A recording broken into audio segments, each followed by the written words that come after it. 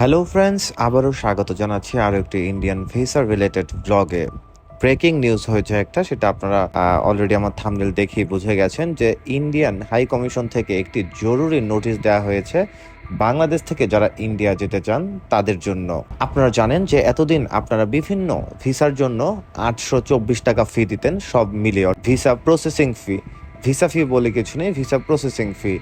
এখন থেকে 1500 টাকা অর্থাৎ 1500 টাকা করে ভিসা প্রসেসিং ফি দিতে হবে।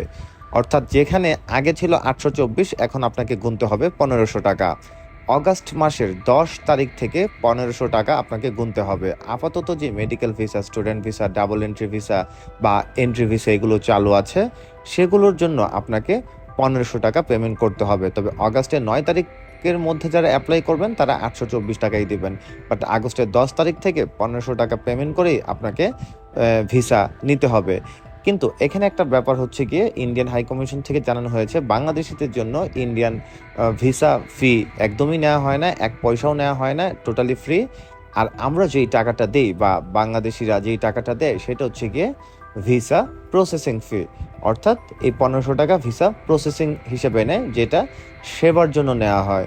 অর্থাৎ তারা বলেছে যে অবকাঠামোগত উন্নয়ন এবং সেবার মান বৃদ্ধির লক্ষ্যে 824 টাকা থেকে 1500 টাকা করা হচ্ছে। আপাতত এটাই ব্রেকিং নিউজ ছিল।